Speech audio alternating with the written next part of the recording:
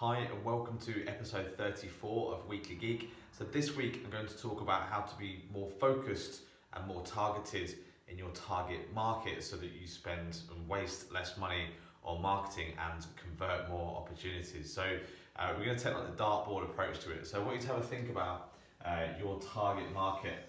So let's say that's your target and you will pick up customers within your bubble, but also what happens naturally is that you pick up customers outside of your target. So I'll give you an example of a target market that I hear quite often where we're based up here. So quite often people will say, my target market is manufacturing SMEs, so small and medium-sized manufacturing companies in Lancashire. Well, that means that if you're marketing to that group of people, you're also going to pick people up just outside. It may be that they are people that you can't sell to, and you've ultimately spent money on generating those leads. Most lead gen costs you time and money in some form.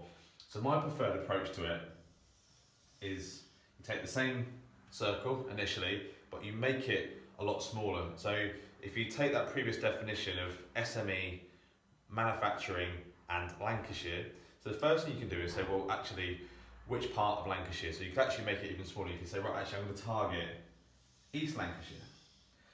And then you look at the size and you say, well, I want to target SMEs. Well, actually, the definition of SME is actually really wide. I mean, you've got, even if you just take the small part of SME, so you've got small and medium-sized companies, but forget medium for now. If you just take small companies, well, a small company could be a startup, or it could be, by definition, up to £50 million worth of turnover nearly. Now, that's a massive difference, and I don't know too many businesses who service both ends of that spectrum, let alone into the medium-sized businesses. So by being more specific, you could say, actually, we're going to target people between £5 and £10 million worth of turnover because that's our sweet spot for us. So then you make that even smaller.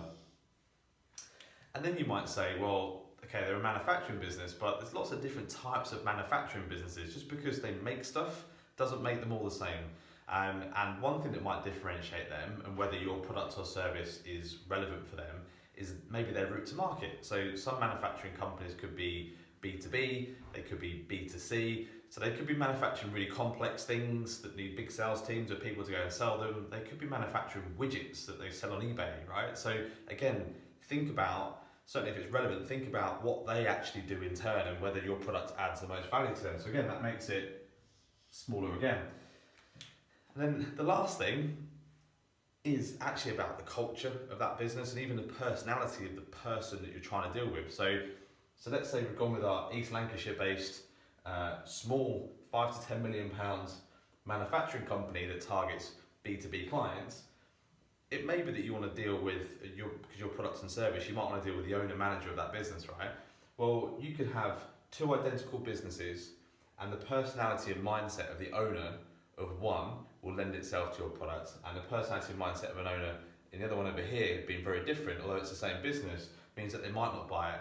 So here's an example. If you sell a solution that saves energy and saves the planet, there are going to be some people out there who care about saving money and the planet, and actually some people that just care about saving money. So you've kind of halved your value proposition straight away. So think about the personality of the people and the culture of the business that you actually want to do business with.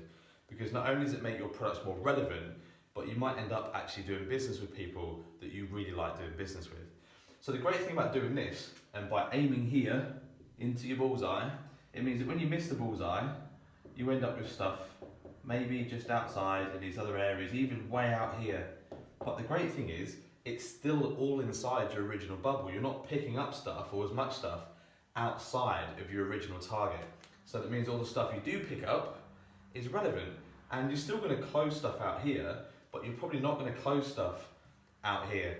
So for me, this is an absolute must for any business. Like, be really even more targeted and more focused and more granular in how you describe who you do business with.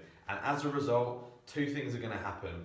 You're going to stop wasting money on generating leads and opportunities that you can't convert.